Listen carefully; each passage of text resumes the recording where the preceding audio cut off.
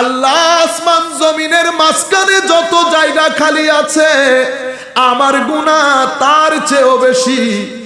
পাশে এক মুরব্বী আল্লাহর ওলি বাইতুল্লাহ শরীফের সাথে দাঁড়ানো, উনি আল্লাহর দরবারে দোয়া করছেন, আল্লাহ বড় কোন জালেম হবে সেই এশারের পর থেকে আপনার দরবারে ক্ষমা চাচ্ছে, আল্লাহ আপনি আমিও তার জন্য ক্ষমা চাচ্ছি, আপনি তাকে একটু ক্ষমা করে দেন। বড় কোন জালেম না হলে এশার পর থেকে আপনার দরবারে এভাবে ক্ষমা ভিক্ষা করতো না। উনি বলছেন, আমি দুয়া দরুদ শেষ করে ওই যুবকের কাছে গেলাম, বললাম বেটা, আওয়াজ দিয়ে বুঝতে পেরেছি বয়স কম। আমি তাকে বললাম, বেটা সেই রাত থেকে তুমি আল্লাহর দরবারে ফরিয়াদ করছো, বস এবার শান্ত হও, তুমি চাদর একটু সরাও, আমরা একটু দেখি তুমি কে। উনি বলছেন, চাদর সরানোর দের এই মুরব্বী ওই ব্যক্তিকে দেখে বেহুশ হয়ে পড়ে যায়। জানেননি উনি কে ছিলেন? উনি হুশ করে উঠে বলছেন, আমি যখন চাদর সরিয়ে দেখলাম এটা আর কেউ না, দুই জাহানের বাদশা নবীর নাতি হযরতে আলী জয়নাল আবেদিন রাদিয়াল্লাহু তাআলা আনহু, যারা যত বড় হয়েছে আল্লাহর দরবারে নিজেকে মাটির সাথে মিশিয়ে দিয়েছে। ইমামে আজম আবু হানিফা রাদিয়াল্লাহু তাআলা আনহুর ছাত্র। উনি বলছেন, দিনের বেলা আমি ইমামের সাথে ইমামের দরসের মধ্যে বসে দরস গ্রহণ করতাম, আমার বড় দিল চেয়েছে আমি ইমামের রাতও দেখব, এই আশায় জামে মসজিদের কোনায় বসে আছি। অর্ধরাত্রি যখন হয়ে গেল, চোরের মতো এক ব্যক্তি মসজিদের ভিতরে ঢুকেছে। আমি কোনার মধ্য দিয়ে দেখতে পেলাম এটা আমাদের ইমাম, ইমামে আজম আবু হানিফা রাদিয়াল্লাহু। দিনের বেলা যাদের এলমের বাড়িতে আলেমরা দাঁড়াইতে পারে না, রাতের বেলা চোরের মতো মসজিদের কোনায় দাঁড়িয়ে আছে, ডান হাতে দাড়ি ধরেছে, এক পায়ের উপর পা তুলে বলছে,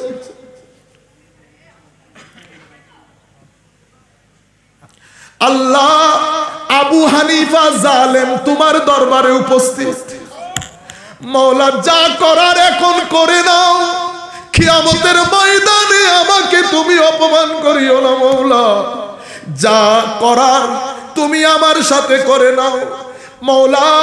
কিয়ামতের ময়দানে যদি আবু হানিফা মাফ পেয়ে যায়, হাসরবাসীর জন্য আশ্চর্যের কারণ হবে, হাসরের ময়দানে ছড়িয়ে যাবে আল্লাহ আবু হানিফাকে মাফ করে দিয়েছে। এমন এমন লোক, এটা বান্দেগি বলে, এটাকে কি বলে? বান্দেগি। আমার নবী যখন বান্দেগির চেয়ারে বসে আল্লাহর দরবারে হাত তুলতেন, আমার নবী বলছেন কোরআনের আয়াত, আমি যদি গায়েব জানতাম, আমি যদি গায়েব জানতাম, আমি অনেক অনেক অনেক উত্তম কাজ করতাম, কোনো খারাপ কিছু আমাকে টাচ করতে পারতো না। আপনি আয়াতটা পিক করে নিলেন, নবীকে আমার মতো বানিয়ে দিলেন, কিন্তু আমার আল্লাহ আপনাকে আব্দিয়তের চোখে আমার নবীকে দেখতে বলে নাই। আমার আল্লাহ চেয়েছেন আল্লাহর নবীকে যেন আমি মাহবুবিয়তের চোখে দেখি। আব্দিয়তের শান আল্লাহ এবং আল্লাহর বান্দার মধ্যে, এটা আমার নবীর শানে আব্দিয়ত। আমার নবী যখন কথা বলেন, এই চেয়ার থেকে আমার নবী নিজেকে মাটির সাথে মিশিয়ে দেন, কিন্তু আমার নবী যখন এই চেয়ার থেকে ওই চেয়ারে যান, এটাকে বলে শানে মাহবুবিয়ত। আমার নবীর টোন পরিবর্তন হয়ে যায়।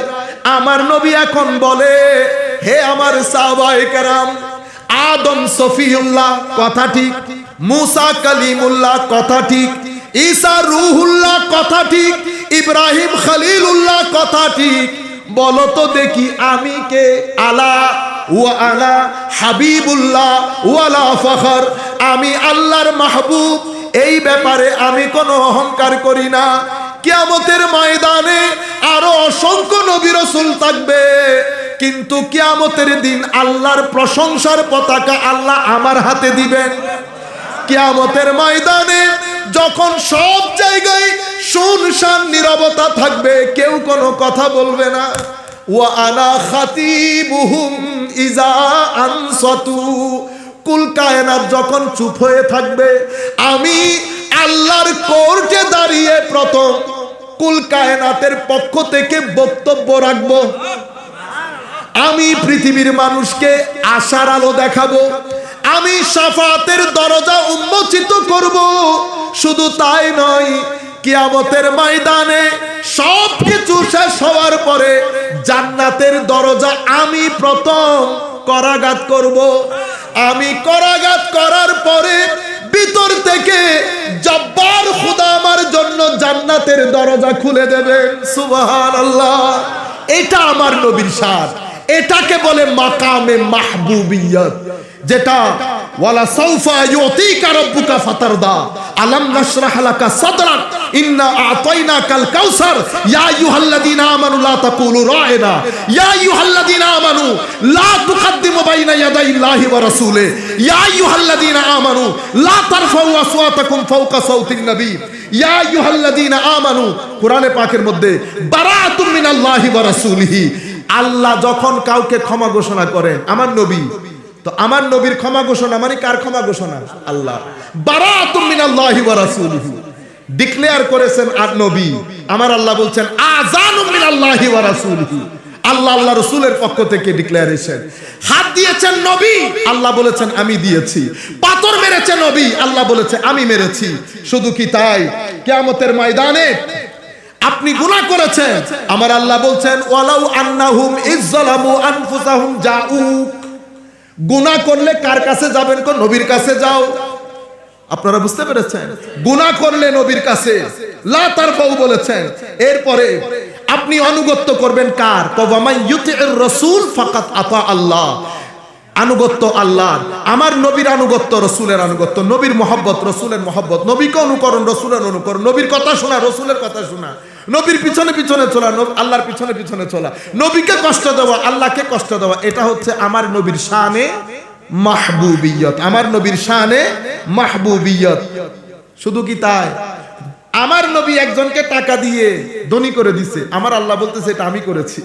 ওয়ালাউ আগনাহুমুল্লাহু ওয়া রাসূলুহু ওয়াল্লাহু ওয়া রাসূলুহু আহাক আইয়ুরদু, আমার আল্লাহর আমার রাসূলের রাজামন্দি, এটা আমার আল্লাহর রাজামন্দি।